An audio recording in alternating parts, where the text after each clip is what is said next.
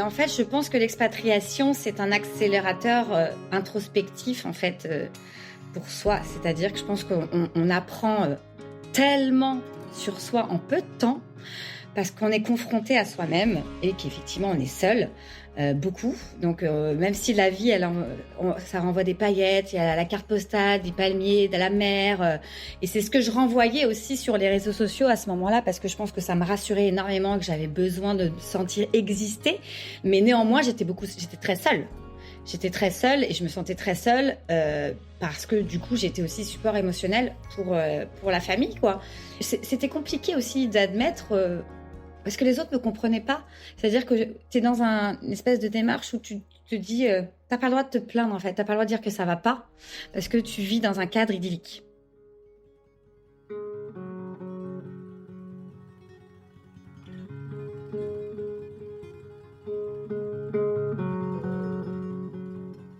À bientôt. Vous déménagez ? Mes vêtements, Emballé. mes bouquins. La vie est dure, mais elle est belle. Attention au départ. Cette route mène bien quelque part. Alors, on y va. J'irai, madame, jusqu'au bout du monde.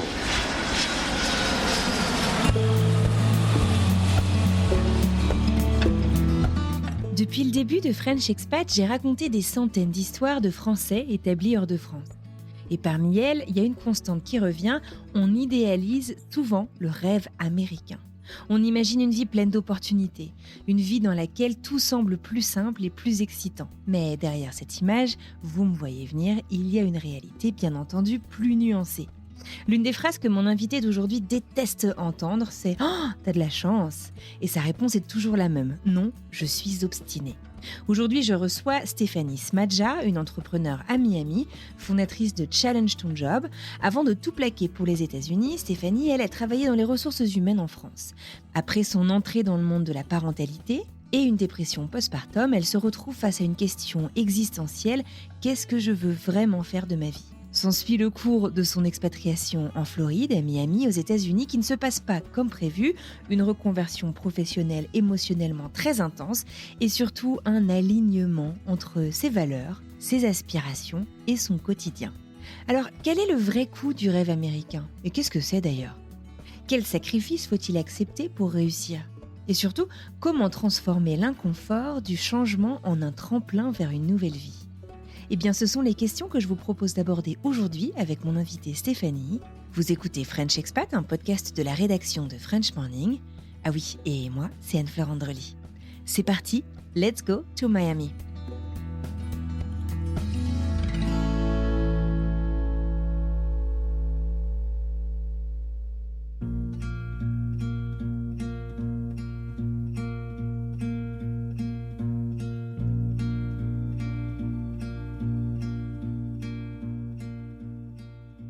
Moi, c'est Stéphanie, expatriée à Miami depuis 9 ans maintenant, avec ma petite famille, mon mari et mes 2 enfants, dont un né sur le territoire américain. Et je suis aujourd'hui ce qu'on peut dire career coach, on pourrait dire ce mot. J'accompagne en fait les femmes, plus précisément, mais quelques hommes aussi, à retrouver leur chemin professionnel, à se réinventer professionnellement suite à une étape de notre vie qui nous a fait perdre ou dérailler de notre route. Et donc, voilà, j'ai moi-même vécu ça. Et ça a été inconfortable et challengeant à la fois. Donc, j'essaie d'aider ces personnes-là. Bienvenue, Stéphanie, dans French Merci. Expat. Et merci infiniment d'avoir accepté mon invitation. Je suis contente qu'on puisse avoir cette conversation aujourd'hui. Et si le sujet de la reconversion professionnelle vous intéresse tout particulièrement, sachez qu'on a enregistré aussi un petit bonus avec Stéphanie pour répondre aux questions que vous nous avez envoyées sur Instagram. Donc, vous devriez pouvoir la retrouver dans votre appli de podcast. Écoute, moi, dans le podcast, j'aime bien procéder de manière chronologique parce que je trouve que c'est le plus simple quand on se raconte. Avant de partir aux États-Unis, donc il y a 9 ans, pour la Floride, tu avais une carrière en France, toi. À quoi ressemblait en fait ta vie à ce moment-là ? Elle ressemblait à la vie d'une Parisienne qui adorait être à Paris et qui profitait pleinement de sa vie. J'étais dans le secteur des RH, donc des ressources humaines. Et en fait, n'ayant jamais eu d'expérience à l'étranger avec mon mari, On avait un petit garçon, on a toujours un petit garçon d'ailleurs, qui avait 1 an et demi à ce moment-là. Et on s'est dit, il nous manque quelque chose. C'était peu après les attentats. En 2015. Ouais. Donc du coup, ça m'avait vraiment déboussolée. Je me disais comment je peux élever un enfant dans ce climat-là. Je me sentais plus forcément en phase avec la vie qu'on avait là-bas. Et du coup, mon mari me dit, et si on allait vivre à Miami? J'ai dit, bah ouais, pourquoi pas? C'est le moment ou jamais. Mais comment Miami est arrivé? Parce que, je veux dire, l'étranger, sky is the limit, quoi. Tu peux partir n'importe où. Pourquoi les États-Unis en particulier? Pourquoi la Floride? Alors, j'avoue que moi, j'avais pas forcément d'expectation sur la localisation. Moi, je pense T'avais que pas d'attente? Non, je pense que je suis quelqu'un qui peut s'adapter partout. En tout cas, j'avais ce sentiment très ancré au fond de moi, donc c'est déjà une bonne chose quand tu décides de partir. Mais pas forcément seule, donc accompagnée, c'était beaucoup plus simple. Et par contre, mon mari avait un rêve, du rêve américain, toujours été un peu passionné des US. Et en 2014, il a investi dans l'immobilier à Miami. Et du coup, à Miami. Donc juste 1 an avant, quoi. C'était visionnaire, le truc. Ouais, on est parti. Ouais, il a investi en 2014 et effectivement, on est parti en 2016. Et du coup, mais à ce moment-là, quand il a investi, effectivement, pas du tout l'idée de partir, je pense. En tout cas, c'était juste un investissement, quoi. Ouais, c'était pas dans les tuyaux. Et puis, donc, il y a eu les attentats et je pense que ça a précipité effectivement les choses. La crise aussi financière à ce moment-là, le boulot de mon mari, qui est donc chasseur de tête, était pas forcément au top. Donc, il s'est dit, bah, c'est maintenant, en fait. Et donc, du coup, Miami, parce que on est parti en voyage là-bas. Pour notre voyage de noces, déjà, on a fait un voyage dans l'Ouest américain et ça a été un peu la révélation. Le truc, le voyage où on s'est dit, waouh, tu vois, ça a été vraiment cette espèce de waouh avec cette connexion avec les grands espaces, vraiment assez incroyable pour nous. Et du coup, il m'avait proposé de faire un road trip à Miami. J'étais de fois, Miami, ça m'excite pas plus que ça. J'avais cette idée très cliché du bling bling, comme tout le monde a. Ouais, c'est vrai, c'est un peu ça qu'on nous dit, ouais. Tout le monde dit c'est bling. Et ben, j'avais la même idée. Je me disais non, mais franchement, c'est trop bling bling, c'est trop les séries télé, ça me faisait. J'avais pas forcément envie. Et puis il me dit bah, on verra, on ira dans les Keys, tout ça. On fera un road trip. On a été à Montréal aussi. Après, on avait fait un road trip Montréal, la Floride, en voiture. Et puis ouais. Et puis il m'a demandé en mariage à Miami. Ah, donc grosse composante émotionnelle aussi, symbolique. Ouais. Il m'a demandé en mariage à Miami. Je m'y attendais absolument pas. Et je crois que du coup, ça a été. Il y a un truc avec cette ville, du coup, un point d'attachement. Et si tu m'avais dit un jour que j'allais vivre à Miami avec tout ce qui en découle, à l'époque, je t'aurais dit non, c'est pas trop ce qui me ressemble, mais voilà quoi. Donc ouais, voilà. Et puis Miami parce que aussi côte est, décalage horaire. Mon mari travaille avec la France, moi aussi. Donc 6 heures de décalage, c'est plus facile à gérer pour travailler en décalage. Idéalement, on aurait adoré vivre en Californie. C'était un peu le lieu qu'on aime tant, même, tu vois, dans le Nevada, maintenant, aujourd'hui, mais le décalage horaire ne nous le permet pas aujourd'hui avec notre travail actuel. Mais l'idée, c'est effectivement de se détacher peut-être de ce décalage horaire et de pouvoir après s'autoriser à bouger peut-être où on veut. Donc là, on est un peu... Bah attends, ne nous spoile pas la fin, Stéphanie. Mais... Non. Peut-être on se retrouvera dans le Colorado, qui sait? Mais écoute, avec plaisir. Un truc que tu m'as dit quand on a échangé un peu en préparant cet épisode, c'est que ton état d'esprit à l'époque, c'est que tu avais un peu une vie conforme, une vie... Il n'y a rien qui dépasse, mais tu n'étais pas complètement finalement aligné avec toi-même. Et c'est... j'ai peur de dire une bêtise, c'est la maternité qui t'a un peu ouvert les yeux sur cette envie de voir autre chose ? Tu dis pas de bêtises du tout. T'as bien retenu. La maternité a été un vrai bouleversement et à 2 reprises, mais sur 2 choses différentes. Effectivement, en France, à Paris, j'étais dans une vie très confortable, on va dire. D'ailleurs, quand j'avais fait mon vision board à l'époque de représenter ma vie d'avant, j'avais mis un fauteuil, de l'argent, des gens avec qui je parlais, de l'épanouissement, une carrière, vraiment, tout était assez tracé, tracé et puis très conditionné par rapport à ce qu'on attend de la France. C'est-à-dire qu'en France, tu existes socialement par ton travail, quand même. Une grosse Mhm. partie. La première question qu'on te pose, c'est quand on te rend compte, qu'est-ce que tu fais dans la vie? C'est vrai. Et c'est d'ailleurs une question qui m'horripile, mais Moi aussi. mais bon, parce qu'on n'est pas défini par un travail. Mais en France, oui, malheureusement. Valentin est arrivé, la maternité a eu, ça a été une révélation dans le sens où je me suis aussi décentrée, faut dire ce qui est, et centrée sur autre chose. Mes priorités ont changé, la carrière était plus la même que je voulais. Je rêvais, j'aspirais de devenir DRH d'une grande entreprise. Ouais. Aujourd'hui, tu me dis ça, je te dis, pas pour moi, pour les autres, mais pas pour moi. Donc voilà, et puis après, effectivement, Martin est arrivé, mon deuxième, et là, ça a été aussi un chamboulement, mais d'une autre manière, et il m'a justement permis d'aller chercher De te autre réinventer. chose. Mais Ouais, oui, mais on va y venir. je vais trop vite. T'es une vraie spoileuse, hein, Stéphanie. Ouais, c'est clair. Putain, en fait, c'est ça mon métier. Voilà, je suis spoileuse. Voilà, nouveau métier. Bon alors du coup, donc 2015, c'est un peu l'épiphanie, genre il faut qu'on bouge, c'est le bon moment, c'est maintenant. 2016, vous vous mettez en mouvement, vous partez dans quelles conditions du coup parce que toi tu disais tu avais ta carrière, tu étais bien installée aussi, ton mari également. C'est quand même plus simple, pour pas dire que c'est impossible de partir sans boulot aux États-Unis, c'est pas évident. Du coup, j'imagine que vous vous attachez au boulot de l'un d'entre vous pour Ouais. pouvoir partir. On s'attache au boulot de mon mari. C'est une prise de risque hein, quelque part parce qu'effectivement, on vient pas par une entreprise qui est aux US ou autre. Hein, on vient. C'est un choix qu'on a déterminé ensemble. Effectivement, dans un contexte où on était dans une zone de confort, mais on s'est dit bon, on y va, on prend le risque, on fait un visa E2, donc qui est un visa investisseur sur l'entreprise de Philippe, mon mari, de chasseur de tête. On est avec l'ambition de se dire, on développe le marché aux US parce que mon mari travaille dans la construction et que Miami, on est en 2016, et ça l'est toujours d'ailleurs. C'est un peu une ville qui a énormément changé en peu de temps, avec des constructions énormes. On se dit, il y a un réel potentiel à ce niveau-là, donc de développement. Et moi, je me suis dit, on verra. De toute manière, je verrai ce que je ferai. Et puis, j'ai des ressources. J'étais assez confiante sur le sujet à l'époque, quand je suis arrivée. Ouais. Bon, après, ça a un peu basculé. Mais encore une fois, je spoil. T'inquiète.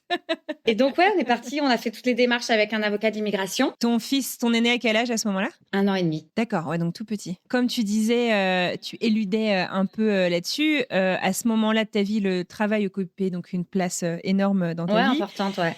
T'étais devenue maman, ça t'a décentré ou recentré sur autre chose. Du coup, tu pars avec quoi comme projet personnel, en fait? Tu vois ce que je veux dire? J'en ai Tu pas. t'attends à quoi? T'en as pas, d'accord. J'en ai pas. Je pars avec l'idée, first, je vais apprendre l'anglais. Je suis partie avec un niveau d'anglais, mais je pense au ras des pâquerettes. J'ai pris 3 mois de cours avec Berlioz, je sais plus comment ça s'appelle, avant de partir pour avoir quelques bases. Mais vraiment, je suis partie avec ce niveau d'anglais qui m'a longtemps pénalisée d'ailleurs et mis de croyances limitantes. Et en me disant, on verra. Je verrai. Au pire, je serai vendeuse dans un magasin pour apprendre l'anglais. Au pire, voilà, je trouverai quelque chose à faire. Donc, prête à faire un peu de tout finalement, parce Ouais. que ton objectif, c'était apprendre l'anglais et vivre cette nouvelle expérience. vie. Et quand vous partez, est-ce que vous partez en vous disant on va refaire notre vie à l'étranger ou on part se faire une petite expérience On quelques est années? Comment ça se parti passe? vraiment en se disant, on avait donc ce visa de 5 ans, le visa E2, donc c'était 5 ans à l'époque. Après, ça a un peu changé. Et on s'est parti en se disant, on essaye 2 ans. Et 2 ans, au bout de 2 ans, on voit ce que ça donne. Et je me rappelle encore quand j'ai rencontré les gens au début à Miami, je disais toujours, de toute façon, on est là pour 2 ans, après on rentrera en France. Bon, mais écoute, ça fait 9 ans.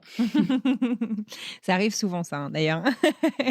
Après, je dis pas que ma vie va être ici, j'en sais rien. Souvent, on a échangé là-dessus, d'ailleurs, sur le côté, est-ce que tu as l'intention de rentrer un jour en France? Je sais pas. Honnêtement, j'en sais rien. Ouais, c'est dur, hein.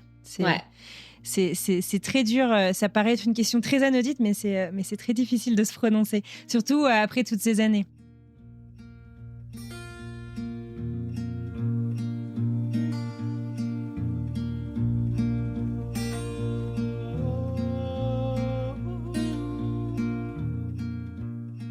Donc, tu arrives aux US et là, c'est un peu le choc. Comment est-ce que se passent les premiers mois? Je sais que tu parlais du coup de la barrière de la langue. Tu me racontais que tu t'es sentie aussi un peu isolée. Bah, au départ, en plus, tu vas à Miami, c'est un peu la destination de vacances. Donc, c'était un peu la découverte. Comme tout expat qui arrive, tu découvres. En fait, je me posais même pas la question au départ de ce que je vais faire. J'étais plus dans un côté, genre, je découvre la ville. Mon mari a rapidement fait un espèce de burn-out de l'expatriation, j'appelle ça comme ça. Ah ouais, comment ça? En fait, c'est quelqu'un qui a beaucoup de routine. Et donc là, toute sa zone de confort était Tu dois tout réinventer. tout réinventé. Et en fait, il a eu très très peur de perdre son bébé, qui est donc sa société. Pas mon fils, bien évidemment. Et en fait, il a paniqué. Il a une sciatique, je pense, tu vois, de porter le poids sur son dos, tout ça, de la famille. Ouais. Parce qu'effectivement, le salaire, c'était lui qui l'amenait à l'époque, enfin, et qui l'amène toujours. Et donc, pendant 6 mois, il n'arrivait plus au bout de 2 mois, il me fait « On rentre en France ». Je fais « What ?» Ah ouais. Ouais. D'accord. Et du coup, j'étais là, bah non, on va pas rentrer en France en fait. On a un visa de 5 ans, c'était 2 ans, on va pas rentrer en France au bout de 2 mois. C'est normal que ce soit comme ça. Il me dit non, non. Difficile. Et puis, il n'arrivait pas à sortir de sa torpeur. J'appelle une psy ici pour essayer de le mettre en lien avec une psy qui était coach plutôt. Il a accepté. Donc, mais voilà, il est sorti de sa zone de confort. Il a aidé, et puis, enfin, il s'est fait aider. Et puis, ça a marché. Et effectivement, elle a su trouver les mots et le réconfort pour lui redonner confiance. Et en fait, c'était juste un système d'organisation, effectivement, à se réapproprier. Et effectivement, il a fallu 6 mois quand même. Donc, les 6 premiers mois, c'était pas évident. Et moi, mon rôle, ça a été d'être support émotionnel, en fait, pour la famille, pour mon fils qui était petit. Ce qui n'est pas évident aussi, parce que tu installes la famille, c'est aussi nouveau pour toi à ce moment-là. Tu fais un peu effet tampon, en fait, entre tous ces trucs-là, mais tu as toi, quoi, aussi, qui vit toutes ces transitions, tous ces changements. Exactement. Et en fait, je pense que l'expatriation, c'est un accélérateur introspectif, en fait, pour soi. C'est-à-dire que je pense qu'on apprend tellement sur soi en peu de temps, parce qu'on est confronté à soi-même et qu'effectivement on est seul, beaucoup. Donc même si la vie, ça renvoie des paillettes, il y a la carte postale, des palmiers, de la mer, et c'est ce que je renvoyais aussi sur les réseaux sociaux à ce moment-là, parce que je pense que ça me rassurait énormément, que j'avais besoin de me sentir exister, là où avant j'existais dans une vie parisienne, très installée, très ancrée, basculer dans une vie que je connaissais pas, où j'avais le sentiment de plus exister justement. Donc j'existais de cette façon.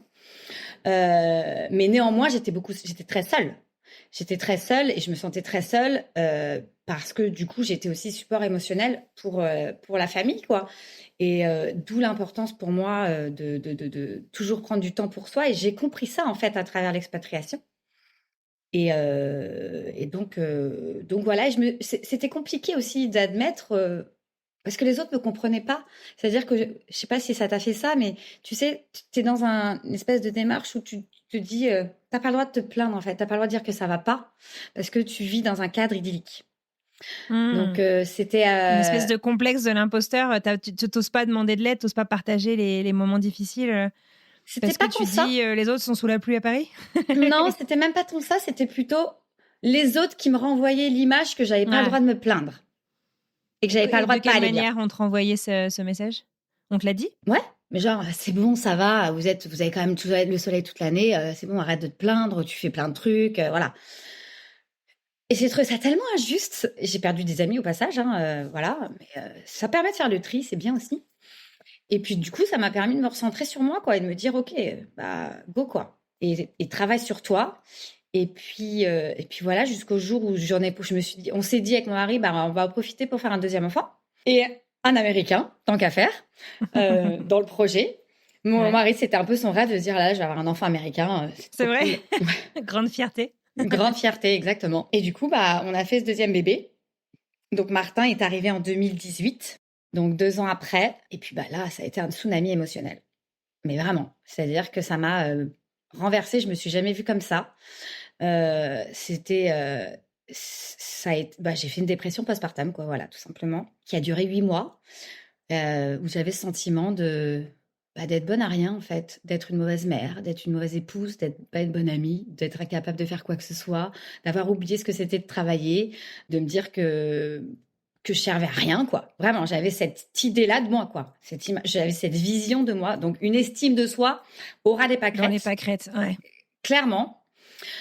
Et avec ce sentiment de pas être comprise, parce que du coup, j'avais le sentiment de pas avoir le droit de me plaindre, quoi. Ah, donc, du coup, t'étais encore dans cette spirale qui faisait Ouais. que t'osais pas en parler. Ça allait pas du tout. T'étais vraiment au plus Ouais. bas.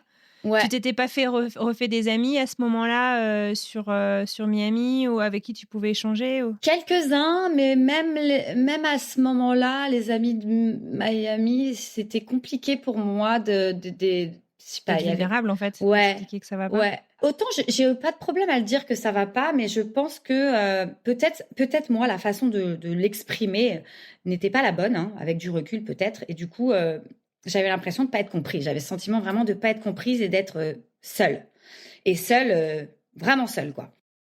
Et du coup j'ai appelé ma psy que je connaissais à l'époque de quand j'étais en France. Parce que ici, je parlais pas anglais, donc du coup, trouver une psy en anglais, c'est hyper compliqué. Puis la thérapie à l'américaine n'est pas la même qu'en France. Puis t'as pas les mêmes nuances, même si tu parles Exactement. anglais. Je trouve le langage émotionnel est pas le même quand tu parles pas ta langue maternelle.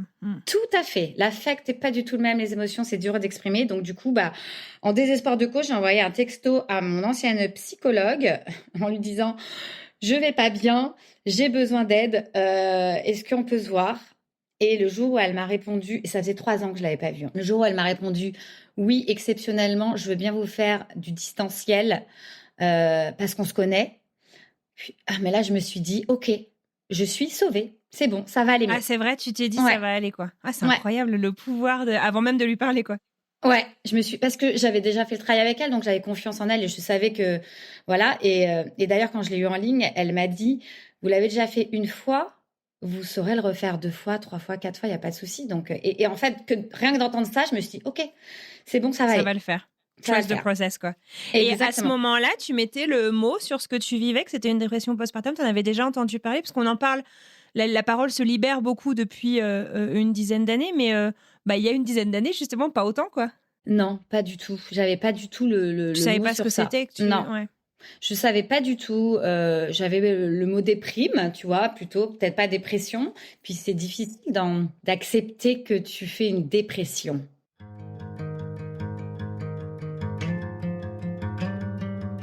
Je me permets une petite interruption pour vous parler de la dépression postpartum.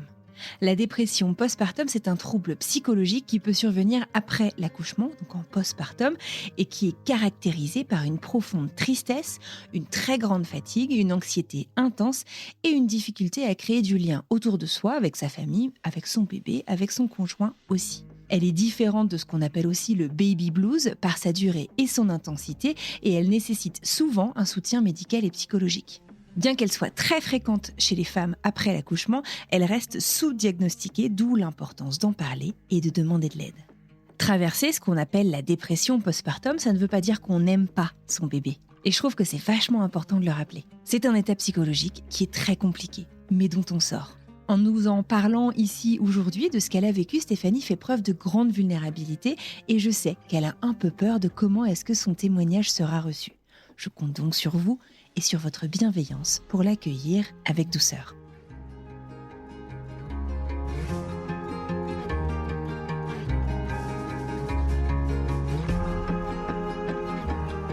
Après, j'ai toujours eu un terrain, je pense, très, très anxiogène. Enfin, je suis une personne anxieuse.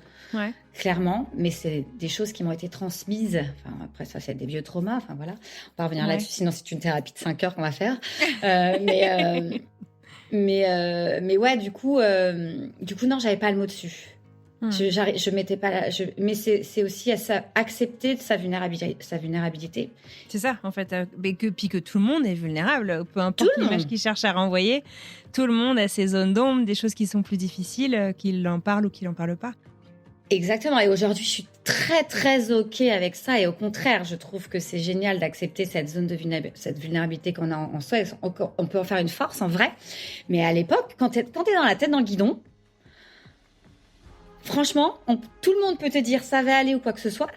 Si ça vient pas de toi, ça marche pas. J'avais juste besoin de faire le travail, en fait, et de me rendre compte. Et puis, c'est dur aussi de te dire que tu fais une dépression à cause, entre guillemets, de ton enfant. Tu vois ? Ça, c'est ta psy qui t'a aidé à le comprendre, que c'était ça, que ce chamboulement-là qui... Ouais, c'est hyper qui avait difficile. connu ça. Tu te rends compte, avoir un enfant, les injonctions sont c'est génial, ça te rend heureuse. Et puis moi, j'ai connu une première maternité qui a été extraordinaire, avec un bébé hyper facile à vivre. C'était, franchement, et tout le monde me disait, mais t'as de la chance, t'as de la chance, t'as de la chance. Et je me rendais pas compte, en fait, effectivement. Et ce deuxième bébé est arrivé et c'était l'opposé de ce que j'avais connu. Donc je me suis sentie nulle comme mère, là où j'avais pris confiance. Et du coup, je me disais, j'arrivais pas à connecter. C'est hyper culpabilisant pour une maman d'avoir ce sentiment-là, quoi. Se dire, de penser, à l'époque, je pensais ça, hein, c'est horrible, ce que je dis, c'est vraiment dur, mais de se dire que effectivement, ça pouvait être une cause de mon mal-être. Ouais. Aujourd'hui, je te dis que c'est grâce à ça, mais ça a été un travail... Que tu as eu la suite, bien que sûr. J'ai eu à la suite. Beaucoup de recul. Et ça a été hyper difficile sur le coup, quoi, et personne comprenait. J'avais honte d'en parler. Parce que c'est tabou. Tu peux pas, c'est des choses que tu peux pas dire. Là, j'en parle. Je sais même pas si c'est bien d'en parler. Mais, je pense que c'est important, au contraire, d'en parler, parce que je suis sûre qu'il y a des gens qui nous écoutent qui passent certainement par là. Et comprendre que ça touche énormément de personnes, que ce soit en postpartum ou pas en postpartum d'ailleurs. Ça touche tellement de monde, en fait, je trouve que c'est important de te dire que c'est OK, en fait, de demander de l'aide, que c'est OK de passer par là et qu'il y a une fin à tout ça aussi. Ouais. Moi, je suis très OK avec ça, mais c'est vrai que c'est encore un peu tabou et qu'il y a des gens qui sont quand même très dans le jugement, voilà, et qui peuvent pas s'en empêcher parce que c'est comme ça.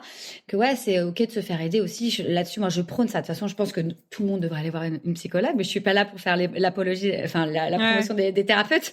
Mais c'est quand même chouette. Voilà, c'est quand même nécessaire à un moment donné, je pense, pour toute personne qui a envie d'avancer. Et alors, du coup, à ce moment-là, tu entames donc cette thérapie. Tu dis que tu vas être dans cet état de dépression pendant 8 mois, c'est ça ? Ouais. Tu as l'impression d'avoir perdu beaucoup de repères, une grande remise en question. Et c'est un peu ce qui t'amène, en fait, à ton chapitre suivant dans ta vie. Exactement.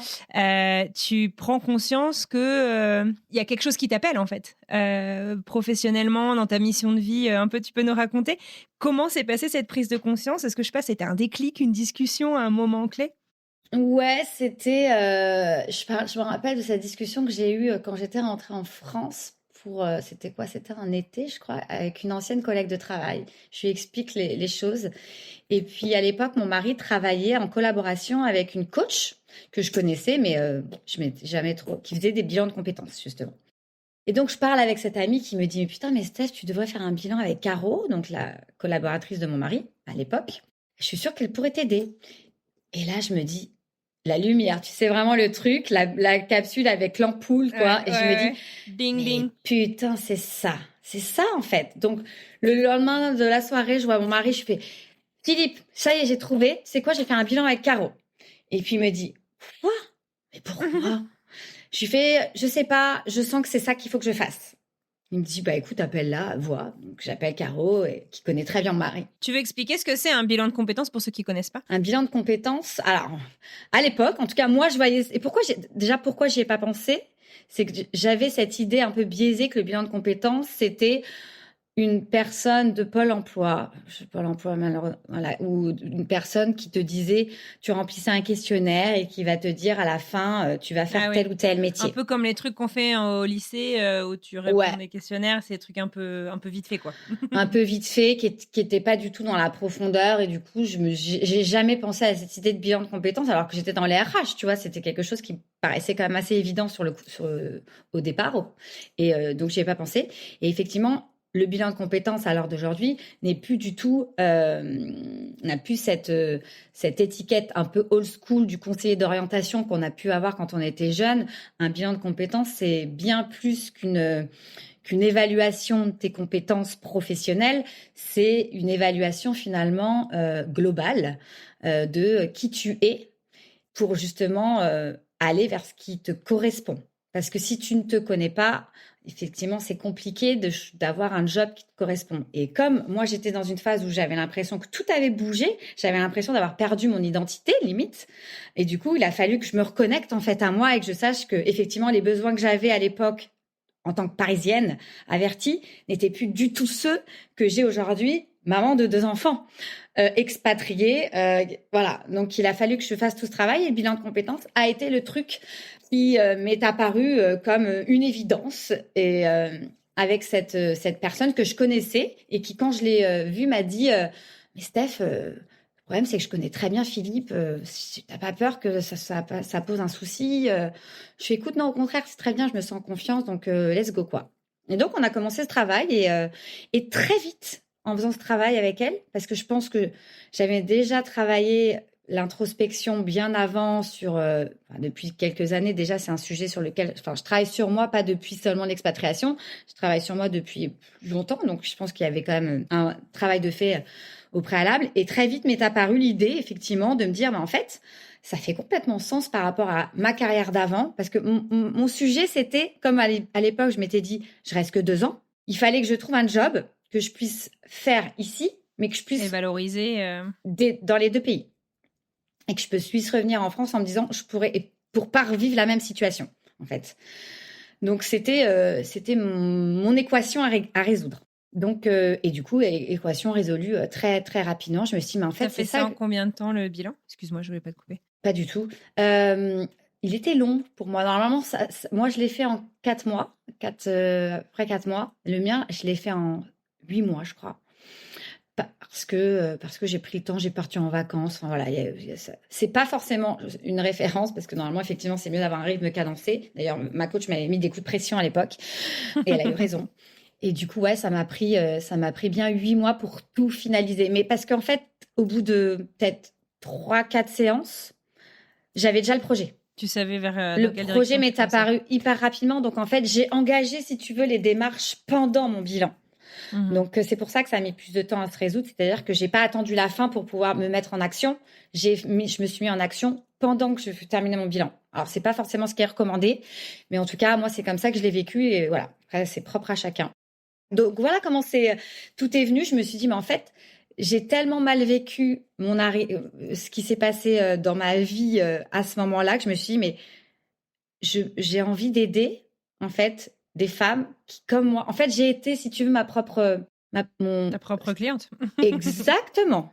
Je dis toujours, ouais. J'étais ma propre cliente. C'était des personnes comme moi que j'avais envie d'accompagner, entre guillemets. Ça va peut-être très, je sais pas, bizarre de dire ça, mais j'avais... non, mais en fait, c'est comme on le dit, en fait, ton parcours, c'est aussi des choses que beaucoup de gens traversent, qui suivent un projet de famille à l'étranger, la maternité qui chamboule tout.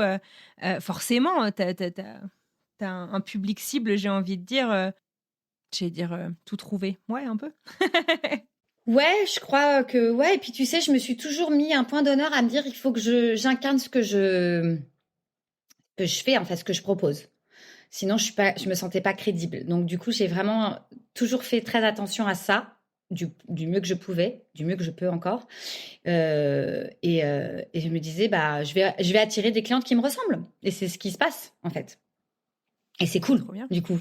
Ouais, c'est cool parce qu'effectivement, tout a fait sens d'un coup. Et ça, c'est un sentiment qui est ultra valorisant, en fait. On parlait d'alignement tout à l'heure. Là, en fait, ça y est, tu sais où tu vas. Ça a du sens. Ouais, je me suis réalignée, en fait, c'est ça. Après, la vie n'est pas un long fleuve tranquille.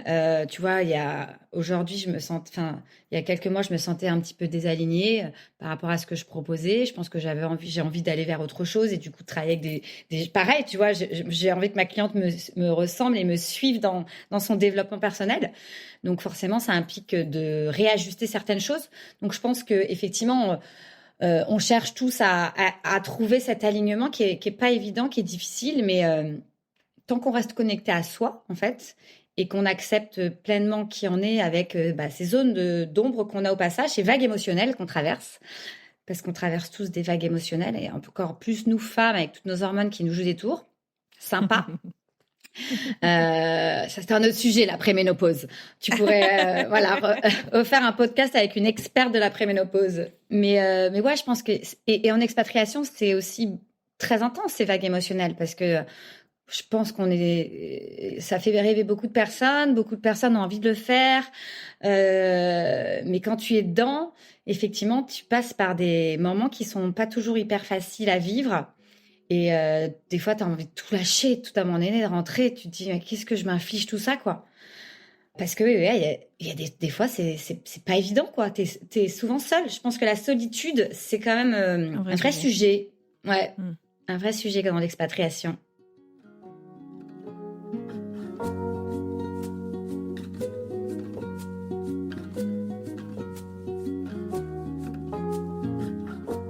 En fait, au final, comme dans beaucoup de choses dans la vie, les épreuves nous rendent plus forts. Et les épreuves nous aident à avancer.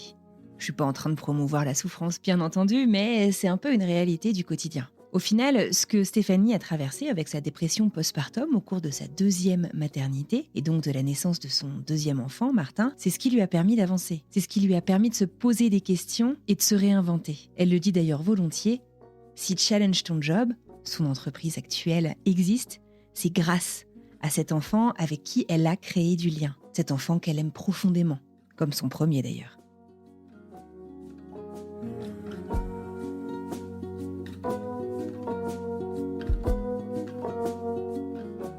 Avec tout ça, donc ce que tu vis, tu te sens aligné, tu sais vers où tu vas et tu décides de lancer ton business donc qui va accompagner les femmes dans leur bilan de compétences en mars 2020. Pile au moment où le monde entier s'arrête avec la pandémie.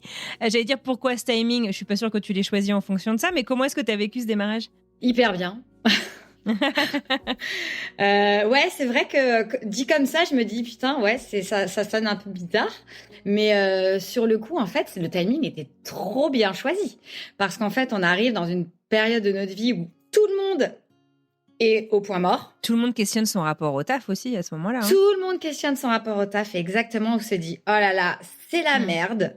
Il faut que je change de taf. Ça va pas, faut que je me réaligne, justement. Il y avait vraiment ce côté. Puis on était tous logés à la même enseigne. On avait tous du temps.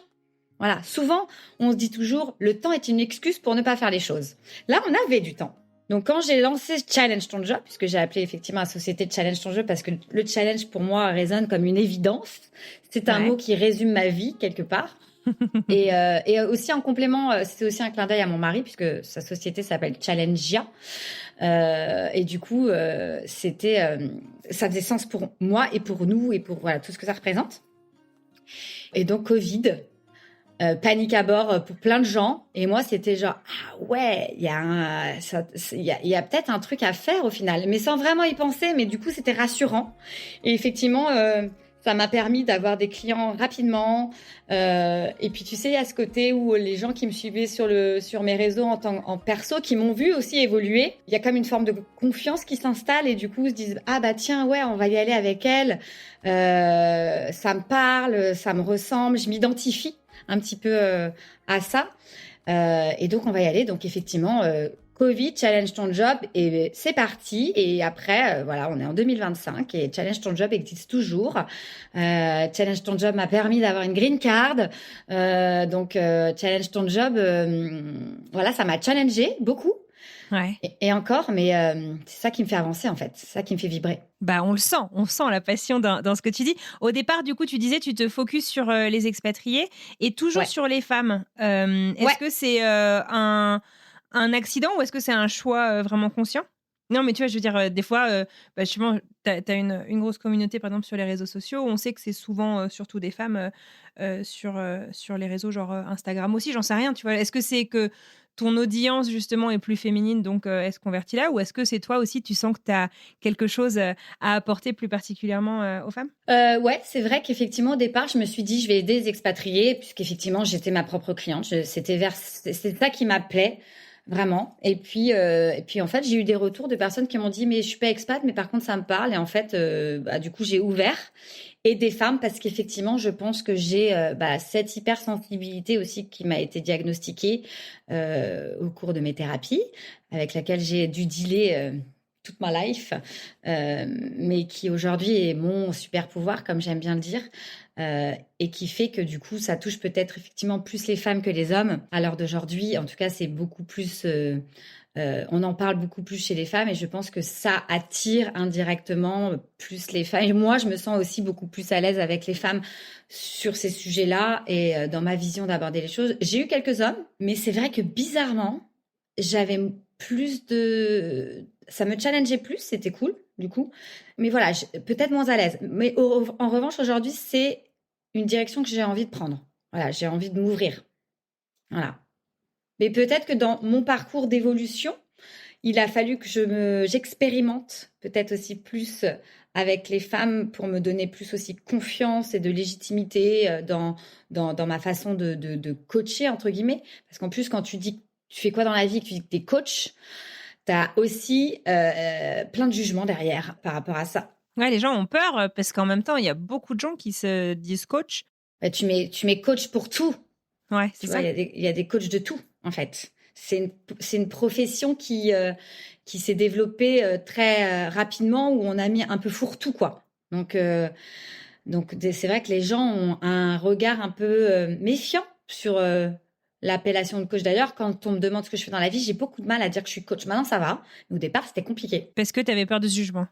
Ouais, parce que j'avais peur de pas être légitime, ce syndrome de l'imposteur qui est là, hein. Enfin, veut dire, je pense qu'on l'a tous, hein, même en expérimentant et en gagnant confiance en soi, je pense il est Ça peut être un toujours peu moteur, là. justement, aussi. Ouais, Ouais. carrément. Est-ce que tu te souviens d'un premier succès marquant, enfin d'un truc où tu t'es dit avec tes premiers clients, sans bien sûr nous révéler de choses confidentielles, mais où tu t'es dit waouh, je suis trop contente, quoi. C'est là que je veux être, je suis sur la bonne voie, je fais ce que je veux. Bah, en fait, quand j'ai fait ma formation en bilan de compétences, mon travail a été de le faire avec une personne. Je devais en fait avoir un cobaye pour pouvoir expérimenter ce que j'apprenais. Donc, il a fallu que je choisisse effectivement une personne. Et j'ai choisi une personne qui s'était impatriée, qui était expatriée à Philadelphie pendant quelques années et qui était revenue en France. Donc, j'avais proposé de lui faire ça, en ayant très peur voilà, parce que au départ, je me suis dit, j'ai jamais fait bien de compétences de ma vie. Bon, on verra bien ce que ça donne, quoi. Et en fait, ça a été super. Franchement, ça a été un vrai succès pour le coup. Et du coup, je pense que ça m'a rassurée direct. Je me suis dit, mais en fait, et ça faisait sens. Encore plus, je me suis dit, en fait, c'est bon, je suis à ma place, j'y arrive, quoi, et ça marche. Mais c'était quoi le succès? C'était la connexion avec la personne? C'était de l'avoir amenée là où elle voulait aller, de sentir qu'elle avait trouvé sa voie En fait, quand je commence un coaching, très souvent, les personnes que j'ai ont une énergie hyper basse. Elles sont paumées, elles sont perdues, elles ont une confiance en elles, une estime d'elles qui sont pas hyper au top. Ouais. Pas ouf, ouais, c'est pas foufou. Mais comme moi, j'étais à l'époque, hein. Et à la fin, quand je les vois sourire, l'énergie, un mindset qui change, passer à l'action, je me dis waouh, en peu de temps. Et franchement, c'est un vrai kiff. Et là, pour moi, c'est je me dis c'est bon, j'ai fait le job, quoi. C'est cool, voilà. Ouais, après, qu'elles aient trouvé leur voie ou pas. Après, je pars du principe aussi que rien n'est figé. Donc, tu peux avoir des projets et au fur et à mesure de l'expérimentation, très souvent le projet que tu as envisagé, en tout cas à la fin d'un bilan, peut changer et c'est normal qu'il change parce que il s'affine aussi en fonction des opportunités que tu vas rencontrer, des expériences que tu vas avoir, des rencontres. Donc, ça change, ça move. Et tant mieux, j'ai envie de te dire. Moi, mon projet, il était de faire des bilans, mais je fais pas des bilans de compétences comme tout le monde. Je me suis formée à plein de choses. Je me suis formée à l'hypersensibilité aussi. Tu vois, je suis coach pour les hypersensibles. Je me suis formée au human design. J'ai une liberté. Je demande pas l'autorisation à mon boss de me dire est-ce que je peux me former en hypersensibilité. Il va me dire non, c'est pas au programme. Non, j'ai une autoroute devant moi. C'est moi qui décide de faire ce que je veux en fait. Et du coup, c'est top parce que ça permet de jamais s'ennuyer en fait et de se renouveler toujours. C'est génial. Et de garder cette passion et ce feu aussi, justement, je ne sais pas si c'est intact, mais en tout cas de pouvoir le raviver par moments aussi. Exactement. Et c'est ce que j'essaie de faire aussi, comprendre à mes clientes. Je l'incarne comme je leur transmets en leur disant, justement, rien n'est figé, ça bouge et tant mieux si ça bouge. Autorisez-vous à faire bouger les choses. Au contraire, c'est que vous êtes alignés avec vous-même. C'est que vos besoins, vous y répondez. Donc, rester figé dans une situation qui ne vous convient pas, pour moi, c'est tellement... franchement, j'ai accompagné pas mal de femmes et quand je vois les souffrances que certaines personnes ont à cause d'un job, franchement, je me dis, mais waouh, c'est triste. Vraiment, c'est hyper triste. Moi qui étais en RH et j'ai fait ce métier parce que ressources humaines et l'humain, tu vois, il y a la question des passions. J'ai toujours il y a aussi beaucoup d'injonctions sur c'est quoi ta passion, tu vois, c'est trouver ta voie, c'est quoi tes passions. Et moi, je me disais toujours, mais j'ai pas vraiment de passion, j'aime plein de choses. Et tu vois, j'avais ce sentiment de me dire, de pas être comme les autres parce que j'avais pas de passion ou quoi que ce soit. Et en fait, donc en faisant tout mon exercice de bilan de compétences, j'ai trouvé que ma passion, en fait, c'était l'humain. J'aime les gens profondément. J'aime les histoires des gens, ça me passionne, tu vois, les histoires. Et donc, forcément, j'essaye d'incarner ça et de dire aux gens, ouais, restez pas enfermés dans quelque chose qui vous convient pas, même si ça peut être inconfortable. C'est justement parce que c'est inconfortable que ça bouge, en fait. Et tant mieux.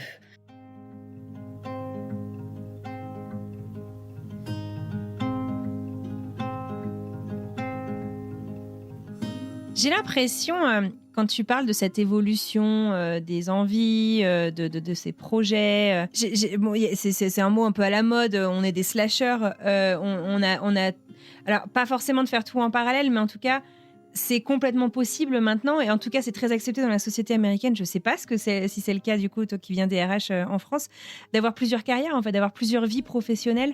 C'est hyper courant ici, et c'est marrant parce que quand j'en parlais avec toi en préparant cet épisode, tu me disais, en fait, tu as cette possibilité, mais en même temps, les bilans de compétences, c'est un truc qui n'existe pas aux États-Unis. Qu'est-ce qui fait que les gens, en fait, je sais pas, est-ce que on prend des risques? Je sais pas si tu as un avis un peu là-dessus. Alors, pour moi, aux États-Unis, en fait, les gens n'ont pas de filet de sécurité. Donc, en fait, c'est marche ou crève, quoi, en fait, quand même, aux États-Unis. Donc, tu bosses pour survivre pour certains. Tu veux dire que t'as pas un CDI, t'as pas de garantie, t'as pas de Pôle emploi, t'as pas de chômage si tu quittes un job. Enfin, tu vois, c'est voilà, tu dois payer, surtout avec l'inflation, c'est encore plus important. Et c'est vrai qu'ici, les gens ont plusieurs tafs, en fait. Tu peux rencontrer quelqu'un. La dernière fois, j'étais au Trader Joe. Donc, le mec me dit, parce qu'il parle toujours au Trader Joe, tu sais comment c'est. Le supermarché. Le supermarché, voilà. Et il me dit, moi, je fais ça, je suis caissier au Trader Joe, mais à la fois, j'ai aussi ma société de coaching sportif, là, de coach sportif. Et j'ai développé aussi une société je vends des croquettes pour chiens, quoi. Et genre les 3 trucs qui a priori n'ont rien à voir, quoi. Ouais, voilà. Alors moi, ça me fascine. Hein. Franchement, je suis là, waouh, c'est génial, c'est top et tout. Et je crois qu'en fait, il y a aussi ça qui m'est venu en vivant ici, c'est d'ouvrir mon mindset, d'ouvrir en fait cette possibilité de se dire, ok, en fait, tu peux faire plein de choses. Tu es ta propre limite, en vrai. Donc, c'est vrai qu'ici, les gens font plein de choses. On dit qu'ils sont slashers. En France, c'est un peu moins le cas. Mais parce qu'en France, il y a aussi toujours ces injonctions.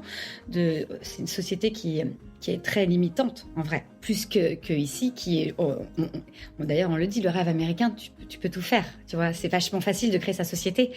C'est administrativement parlant, oui. Ouais. Après, voilà, c'est les mêmes problématiques. Hein, mais toujours est-il que il n'y a pas de gens qui vont te critiquer parce que tu développes un business ou parce que tu as 3 métiers ou quoi que ce soit. C'est au contraire, tout le monde valorise ça. Tout le monde te dit c'est génial, franchement c'est super. En France, c'est un peu t'es bizarre, t'es un peu un ovni. Pourquoi t'as 3 métiers? Ça veut dire que tu peux pas vivre de ton métier, que tout de suite c'est un peu judgmental, comme on peut dire. Mais ouais, il y a je pense que c'est aussi générationnel. Je crois qu'il y a aussi de ça. Je crois qu'à l'époque, je parle comme une vieille personne, mais voilà, 44 ans, bon. Moi, j'ai été élevée, éduquée avec ce côté, il faut que tu trouves un CDI, il faut que tu restes 20 ans dans la même société et il faut que tu trouves ta voie. Voilà, sinon, c'est que t'es pas normal. Moi, c'est ça qu'on m'a retransmis. Alors, j'ai fait tout l'inverse, c'est-à-dire que je suis jamais restée plus de 3 ans dans une boîte. J'avais besoin de changement, j'avais toujours un... Ce qui n'a rien de choquant en soi, mais oui. Qui n'a rien de choquant aujourd'hui, mais... Ouais. Et il y a 15 ans en arrière... Quand t'es rentrée sur le marché de l'emploi, ça se faisait pas trop, quoi. Ça se faisait pas trop, quoi. Et donc, j'ai voulu aussi être RH pour aussi me dire, en fait, non, tu sais quoi, moi, je trouve ça chouette et ouvrir un peu. J'avais déjà, je pense, le côté d'ouvrir les mentalités. Et c'était très compliqué. Je me rappelle d'une société, quand je recrutais, qui me disait, tu recrutes que des bacs plus 5 et des prénoms à particules. Je nommerai pas la société. Mais, ouais. Franchement. Mais le bac plus 5, ok, c'est un diplôme, mais le nom à particules, c'est ouf. C'était chaud. Et moi, j'en voyais effectivement des gens qui avaient un bac +2 et puis des noms pas particules, quoi. Et je disais, rencontrez-la, vous allez voir, elle est top, la personne. Et ça marchait, donc c'était plutôt cool. Mais ouais, c'était un peu... Moi, j'étais éduquée avec ça. Aujourd'hui, je vois quand même qu'il y a des différences, et tant mieux, je vois que les choses changent en France, et tant mieux. Et je pense qu'on parle, au-delà de parler de slasher, je pense qu'il y a aussi quelque chose dont on parle un peu plus, c'est le côté multipotentiel. Je pense qu'on est... ce côté où effectivement tu as cette capacité de faire plusieurs choses à la fois dans une entreprise, tu vois, et c'est pour ça que j'aime pas parler de métier, parce qu'un métier, je trouve ça hyper réducteur et hyper limitant, parce que c'est une fiche de poste avec des postes pour un métier. J'aime parler de projet, parce que je trouve que c'est beaucoup plus global, et du coup, on peut y mettre ce qu'on veut dedans, finalement. Donc ouais, donc il y a aussi cet aspect-là qu'on rencontre aujourd'hui, du multipotentiel, qui très souvent se sent différent et mal à l'aise dans une entreprise parce que justement est trop limité. Mais comme on lui a pas dit que c'était possible de faire autre chose et que c'était possible de faire plusieurs choses à la fois, s'autorise pas à le faire et se retrouve genre je suis pas normale, je suis pas comme les autres, quoi. Parce que justement dans une société où on t'a dit d'autres choses. Mais effectivement, quand tu regardes aujourd'hui les jeunes d'aujourd'hui, et c'est génial, c'est plutôt l'inverse qui se produit. Les jeunes entreprennent beaucoup plus que nous à l'époque aussi. Moi, entreprendre à l'époque, c'était pas, on me le vendait pas, hein. Ouais, ça faisait pas partie de ton champ des possibles à ce moment-là. Exactement, c'était pas genre c'est possible, vas-y, monte ta société, tu peux y arriver, être à ton compte. Enfin, c'était pas du tout c'était vraiment stabilité, CDI, c'était le Graal pour moi. Aujourd'hui, les jeunes entreprennent beaucoup, beaucoup, beaucoup, beaucoup, et voire même trop, c'est nos limites. Mais et c'est génial. Mais ouais, il y a un vrai écart générationnel. Je pense que les mentalités ont changé, et tant mieux. Franchement, ça donne de l'espoir pour les jeunes. Moi, quand je vois que j'ai aussi plein de jeunes qui viennent me voir, qui ont effectivement entre 25 et 30 ans, je leur dis toujours, je fais waouh, franchement, c'est top. Sois fier de toi parce que tu vas gagner un temps fou en faisant tout ce travail maintenant. Et quand j'ai des femmes de 50 ans qui viennent me voir et qui me disent « Est-ce que c'est trop tard pour faire un bilan ?» Je leur dis « Absolument pas, au contraire. C'est chouette, tu t'autorises à le faire et tu n'auras pas de regrets, quoi. Cool. » Ouais. Du coup, nous, on la sent en tout cas, ta passion pour l'humain, pour aider ces femmes à réinventer la suite de leur parcours. Tu le disais, qu'elles vivent à l'étranger ou non. Toi, donc, tu vis à l'étranger. Il y a un truc assez unique aussi qui s'est passé, tu nous le disais, c'est que vous êtes parti à l'étranger en suivant initialement le job de ton mari, avec un visa E2 qui était limité à 5 ans. Et finalement, aujourd'hui, vous êtes résident permanent, donc vous avez une carte verte, la fameuse green card, et vous l'avez obtenue grâce à ton job. Ouais. Et je peux te dire que ça, c'est une fierté. Et c'est surtout, je le vois vraiment comme un super travail d'équipe aussi. Tu vois, c'est-à-dire que mon mari nous a permis, effectivement, grâce à son taf, de partir. On a vu plusieurs avocats qui nous ont dit, vous n'arriverez pas à transformer votre E2 en green card, ça ne marchera pas. Donc, un peu dépité. Donc, on a renouvelé notre visa E2 une fois. Parce qu'à un moment donné, le visa E2 c'était 5 ans, nous, mais avec Trump qui est arrivé en 2016. Le voilà. 2017, ouais. 2017, il avait basculé du coup de 5 à 25 mois. Me demande pas 25 mois pourquoi, mais du coup, c'était 2 ans, grosso modo. Et on s'est dit, si on renouvelle tous les 2 ans, on va s'arracher les cheveux. C'est juste du stress qui est insupportable, quoi. C'est ça, le stress de pas savoir ce qui va se passer quand tu construis ta vie, ta famille, ton business et tout, c'est compliqué.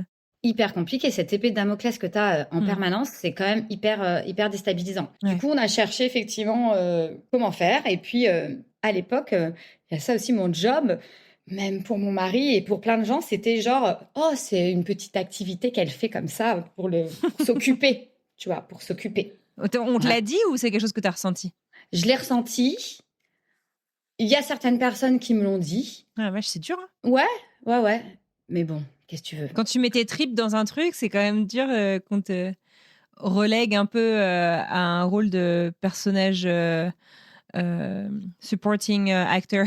J'arrive plus à trouver le personnage secondaire dans ta propre histoire, quoi. Enfin, c'est ça c'est ça. Et du coup, après à des discussions avec plusieurs avocats, à un moment donné, puis Challenge ton job commençait à bien marcher. Du coup, on s'est dit, et moi, j'ai posé la question, je fais, et moi, par rapport à ce que j'ai, est-ce qu'il y a possibilité de faire quelque chose ? Et on a vu une avocate, une conseillère qui nous a dit, mais complètement. Et du coup, on a construit le projet là-dessus. Parce que les bilans de compétences n'existent pas aux États-Unis, en fait. Donc, tu apportes aussi une valeur ajoutée. qui n'existe pas dans le pays. Il y a ce côté, effectivement, d'apporter une compétence particulière, mais il y a aussi ce côté de développer l'employabilité aux USA justement en mettant les personnes au bon endroit, à développer l'entrepreneuriat aussi, donc à faire de l'argent. Il y avait cette vision aussi qui a été mise en avant dans tout le dossier. Et du coup, bah ouais, c'était il y a pas longtemps quand on a reçu la green card. Je peux dire que j'ai pleuré toutes les larmes de mon corps quand j'ai reçu l'enveloppe et je me suis dit, purée, on l'a fait quoi. Tu vois, rien qu'en parlant, ça peut me faire encore pleurer, mais Mais t'as le droit de ressentir la fierté, vas-y, hein, ressens tes émotions. ouais, mais parce que c'est un parcours du combattant en fait. C'est compliqué. On se rend pas compte ce que c'est que d'immigrer, mais c'est pas facile. Ouais. Donc ouais, il y a une vraie fierté dans tout ça. Et puis moi, enfin tu vois, je me suis dit, moi j'arrive à faire ça. Je l'ai pas fait toute seule, je l'ai fait avec mon mari. Je me suis dit, putain, on l'a fait ensemble quoi. Et rien aussi que pour nos enfants, je trouve que c'est leur montrer aussi, c'est leur véhiculer quelque chose, voilà, leur dire que bah c'est possible quoi. Enfin voilà, croyez en vous. Croyez en vous et rien n'est figé, ça va bouger, faites-vous confiance, quoi. Ouais. Et ben c'est canon, c'est des belles valeurs à transmettre. On parle du rêve américain. Ouais. Toi, il y a une phrase que tu supportes pas d'entendre, c'est qu'on te dise que tu as de la chance. Tu dis non, on est déterminé, obstiné, on sait ce qu'on veut, mais ça veut pas dire que c'est de la chance. Tu dis souvent que tout se paye. Qu'est-ce que tu veux dire par là, en fait? Est-ce que tu veux me parler, en fait, justement est-ce que c'est un décalage, le rapport à la chance vu finalement de loin, sous le prisme de l'étranger, et une fois que tu es sur place, tu le vois autrement? Ouais, j'en parlais encore ce matin sur mes réseaux de cette histoire de chance et de ce que l'expatriation ou la vie qui sort un peu des sentiers battus ou qui est non conforme par rapport à d'autres personnes peut renvoyer en fait sur ce côté, tu as de la chance, j'aimerais bien être à sa place ou c'est parce qu'elle a son mari qui gagne de l'argent qu'elle y arrive. Voilà, ce genre beaucoup de préjugés, beaucoup d'idées préconçues, quoi. Ouais, et ça m'horripile parce que forcément, ça touche à mon à mon entièreté et à ce que je suis, à ma valeur, en fait. Du coup, ouais, j'aime pas trop qu'on me dise ça parce qu'en plus, clairement, je trouve, j'ai pas gagné à la loterie, quoi. Enfin, tu vois, on n'a pas gagné à la loterie, on n'est pas arrivé là par hasard. On a voulu venir ici, on a choisi de venir ici avec nos business, enfin le business de mon mari. Enfin voilà, c'est vraiment un choix qui est pas là par hasard et ça nous a coûté. Ça nous a coûté une dépression, un burn-out pour mon mari. Financièrement, c'est effectivement le rêve américain, c'est très chouette, mais il faut quand même, on va pas se mentir, l'argent est aussi pour beaucoup. Enfin, tu vois, il y a quand même, enfin, c'est malheureux à dire, mais c'est un pays qui est comme ça aussi, qui veut ça, quoi. Hein. Donc, faut aller le trouver, il faut aller le gagner, l'argent. Pour pouvoir y aller, les avocats, faut les payer. Il y a tout, enfin c'est tout ça quoi. Quand t'accouches ici, enfin tu vois, moi j'ai pas on n'a pas une assurance payée par la société. Enfin tu vois, c'est des frais quoi. Donc c'est pour ça quand on me dit t'as de la chance, je fais ah ouais bah non j'ai pas de la chance. On s'est donné les moyens d'avoir cette vie-là en fait. On n'est juste pas resté chez nous, mais après encore une fois c'est propre à chacun. Je suis pas en train de dire que on est plus méritant que d'autres. Je suis juste en train de te dire que c'est vraiment propre à chacun et que au lieu de toujours voir chez les autres ce qui est mieux ou pas, regardez-vous par rapport à ce que vous avez, ce qu'il y a en vous, ce qui vous convient, ce qui vous convient pas et faites ce qui est juste pour vous en fait. Voilà, donc pour moi cette histoire de chance en fait, elle est pas réelle quoi. Voilà, c'est vraiment lié à qui on est et aux moyens qu'on va y mettre derrière en fait. Toi, tu es là depuis 25 ans, tu me disais? 17 ans, t'es pas là, c'est pas de la chance. Enfin, je veux dire, t'as bougé plein de fois. Enfin, tu vois, aujourd'hui, t'interviews des personnes, t'es journaliste. Toi aussi, tu t'es reconverti. C'est pas de la chance, tu l'as provoqué. T'as été la chercher. Tu t'es battu. T'as persévéré. T'as pas lâché. T'es là. Et effectivement, tu fais des interviews et c'est super. Et ben voilà, c'est pas, pour moi, c'est pas de la chance. Donc les gens le voient de l'extérieur comme de la chance. Mais parce que je sais pas trop comment, j'arrive pas trop à identifier vraiment ça, mais je pense qu'il y a beaucoup d'idéalisation aussi c'est sûr. sur ce que le rêve américain. Bon, Alors, c'est quoi justement le rêve américain? Moi, un truc que, tu vois, en préparant cet épisode, je réfléchissais un peu à ton parcours et je me disais, j'ai l'impression que le rêve américain, c'est beaucoup de travail. Que tout est possible du moment que tu travailles comme un dingue. Il y a beaucoup de gens qui disent que c'est un leurre aussi, que c'est un rêve capitaliste. Mais moi, je trouve qu'il y a aussi cette pression, finalement, d'être seul responsable de ton résultat, de ton succès, de ta destinée. Complètement. Tu vois? Alors, on pourra argumenter, dire non, il y a les visas, il y a les machins. Oui, d'accord, mais enfin, ça reste toi le moteur, en fait. Ça reste toi. C'est toi face à toi-même, en fait. T'es confronté à toi. Toujours, moi, ce qu'on a, on le doit qu'à nous-mêmes, quoi. Il y a personne qui nous a aidés, hein. Personne. C'est nous qui l'avons fait, en fait. On a été le chercher. Donc, le rêve américain, c'est, pour moi, en tout cas, je pense que après, chacun a sa vision du rêve américain, peut-être. Mais pour moi, le rêve américain, c'est un peu ce champ des possibles. Voilà, cette ouverture sur on peut tout faire. Par contre, tu vas quand même en chier. Parce que c'est pas facile, c'est pas donné à tout le monde. Sinon, tout le monde le ferait d'ailleurs. Beaucoup de gens ont tenté, beaucoup de gens sont repartis aussi. Donc voilà, il y a des gens. Je pense que c'est difficile de tenir aussi sur la durée sur un projet comme celui-ci quand tu viens effectivement avec tes sociétés ou même, je veux dire, si tu te fais virer demain de ta boîte par laquelle tu es venu, il faut que tu te revendes, c'est compliqué aussi. Généralement, en plus, Ouais. Et voilà, T'as le chrono qui se met en route par rapport au visa ou tous les trucs comme ça. Aussi, exactement, quoi. Donc, Ouais. c'est chaud, quoi. Et puis, c'est une expérience, par contre, qui est tellement riche. Voilà. Moi, je trouve que c'est d'une richesse incroyable. Et c'est ça, le rêve américain. C'est aussi être riche de cette expérience, en fait. Des fois, tu rentres peut-être bredouille et sans argent en France parce que tu as tout misé sur quelque chose. Il y en a à qui ça arrivé. Bien Hein. sûr. Parce qu'il n'y a pas que des success stories, hein. Malheureusement. Enfin, on parle beaucoup des success stories, mais il y a aussi beaucoup de personnes qui ont essayé, qui ont pas échoué parce que, encore une fois, moi, je suis de la team, tout est une leçon, en fait. Voilà, tout est un apprentissage. Ça, rien n'arrive par hasard, mais néanmoins, quand tu te retrouves à rentrer en France parce que voilà, c'est quand même un petit coup dur, il faut quand même digérer la pilule, quoi. Donc ouais, on parle de success story, mais il n'y a pas que des success stories. C'est un peu. Je crois que le rêve américain, c'est un chemin. Ouais. Aussi en fait, et que sur tous les chemins c'est pas plat, c'est pas droit, il y a plein de, on peut des fois se tromper de route, et c'est ok, et c'est vrai qu'il y a un état d'esprit, on en a déjà parlé dans certains épisodes du podcast, mais il y a un état d'esprit où on valorise ce qu'on appellerait l'échec. Une fois où on s'est planté, j'ai déjà donné cet exemple il y a très longtemps, alors je suis désolée si vous l'avez déjà entendu, mais quand j'étais dans l'entrepreneuriat, dans la tech, on allait pour lever des fonds. Et une des premières questions qu'on nous posait, c'était « Parle-moi de tes échecs. Parle-moi des fois où tu t'es planté. Parce que je veux savoir ce que tu en as appris. Je veux savoir comment tu t'es relevé. » Et tu dis, c'est une relation. Nous, on a grandi avec... je ne vais pas faire des généralités, mais c'est vrai qu'en France, ton échec, tu le fous un peu sous le tapis, puis tu continues à bastonner, et puis on n'en parle plus.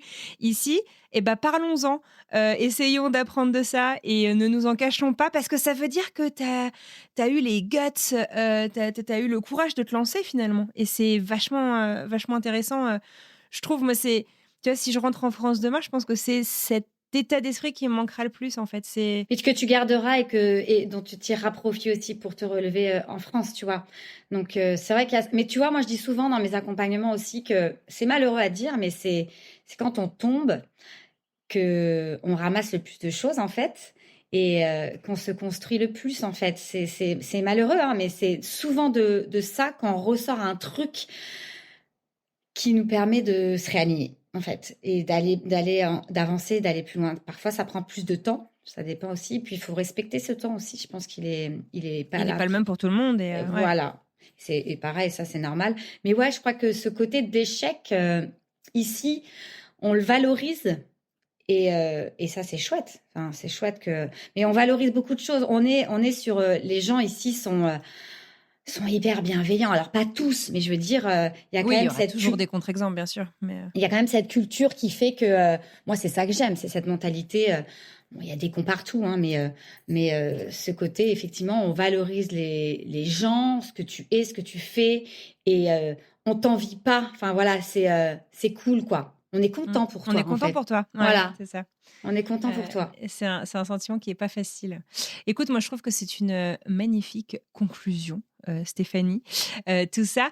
Tu nous le disais au début de cet épisode, 2025, tu as envie d'explorer d'autres choses aussi avec ta boîte. Tu peux nous en dire plus ou c'est top secret pour l'instant? Ah, Est-ce que je suis une spoileuse ou pas? Une vraie spoileuse, du coup, dans mon métier? J'en parle un peu plus ou pas? Non, là, effectivement, j'aime ce que je fais profondément, d'accompagner les femmes aujourd'hui à trouver, à se réinventer, à trouver leur voie, entre guillemets. J'aime pas trop dire trouver leur voie, mais vraiment à trouver le chemin qui leur convient, à se réaligner avec elles-mêmes. J'aime ça, mais j'ai juste envie de le faire avec peut-être des cibles. On parlait des hommes, effectivement, peut-être que j'ai envie d'ouvrir à des hommes. J'ai peut-être envie de le faire aussi avec des dirigeantes d'entreprises. J'ai envie de parler un peu plus d'hypersensibilité parce que c'est un sujet qui me parle énormément et je trouve que qu'on peut vraiment exploiter ça dans un business vraiment et de dire aux femmes, t'es hypersensible, mais tu peux aussi être une super business girl, quoi. Tu vois, c'est un peu ce que j'ai envie vers où j'ai envie d'aller. C'est pas un handicap, c'est ce que tu appelles ton super pouvoir. Ouais. Je pense qu'on a tous un super pouvoir et du coup, à nous de savoir l'identifier et de pouvoir l'exploiter. Et pour moi, l'hypersensibilité fait partie de ces super pouvoirs qui ont été trop dénigrés en entreprise, dont moi, j'ai subi, hein, franchement. Je me suis dit... je suis trop Combien de fois j'ai entendu t'es trop sensible, t'es trop émotif, tu prends trop les choses à cœur, ça te dessert. Franchement, c'est l'enfer, quoi. Et en fait, aujourd'hui, c'est ce qui me sert. Je pense que c'est vraiment parce que je suis hypersensible que je fais bien mon métier. Donc, j'ai vraiment envie d'aider peut-être les gens à aller à assumer. Accepter cette vulnérabilité et en faire un atout aussi au quotidien. Exactement. C'est génial. Ouais, c'est cool, je suis contente, c'est bien. Dernière question, Stéphanie, question traditionnelle dans le podcast. Si tu pouvais revenir en arrière et te chuchoter un petit mot à l'oreille, ça peut être un encouragement, un conseil, un truc que tu ferais différemment, tu retournerais à quel moment et tu te dirais quoi? Déjà, je me dirais, tu vas y arriver, franchement, tu te déchires, tu vas y arriver, t'as plein de ressources, n'aie pas peur, quoi. Vas-y, quoi. En 2018, tu retournerais à ce moment-là? Ouais, je dirais, t'es quelqu'un, quoi. Donc, doute pas de qui tu es. Voilà. Et sur un changement, je pense qu'effectivement, peut-être sur... Non, je pense pas. Non, je pense qu'en fait, que chaque étape de ma vie m'a amenée là où je suis aujourd'hui. Eh ben, merci beaucoup, Stéphanie. Eh ben, merci à toi, Anne-Fleur. C'était très sympathique de pouvoir parler de tout ça. Franchement, tu vois, tu m'as même fait presque pleurer. Non, c'est pas toi, c'est moi-même qui me suis fait pleurer. Hypersensibilité, bonjour. Il faut accueillir les émotions, il ne faut pas les chasser. Exactement, tu vois. C'est OK, comme on dit. Donc, merci à toi pour toutes ces questions, de t'être intéressée à mon parcours aussi. Merci beaucoup, ça me touche beaucoup. Et puis j'espère que ça inspirera des personnes et à se réinventer, à croire en soi. Sachez qu'il n'est jamais trop tôt ni trop tard. Exactement. Et tu en es aussi un bel exemple. Merci. Et plein de gens ici en sont bien des fois. Donc voilà, et puis toi, continue ton travail aussi bien que tu le fais. Voilà. Merci beaucoup.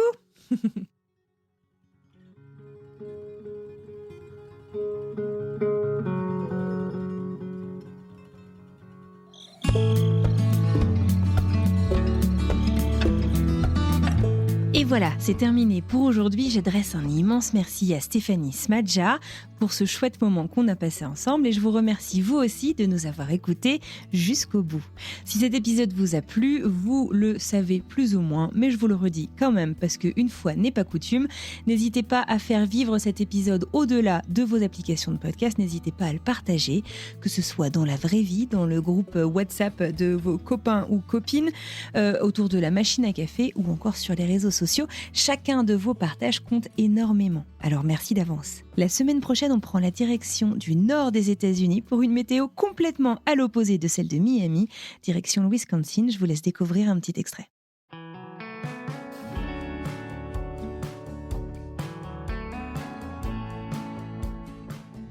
je trouvais toutes les excuses possibles pour prendre mon tuk-tuk, pour quoi que ce soit. Alors que je pouvais y aller à pied ou à vélo, non, je prenais mon tuk-tuk. Ça a été un gros pincement au cœur de le vendre au moment de partir. Bah, c'était autre chose. En fait, même avec du recul, je me dis que j'étais un danger public avec. Il n'y avait pas de règles sur la route. C'est vrai.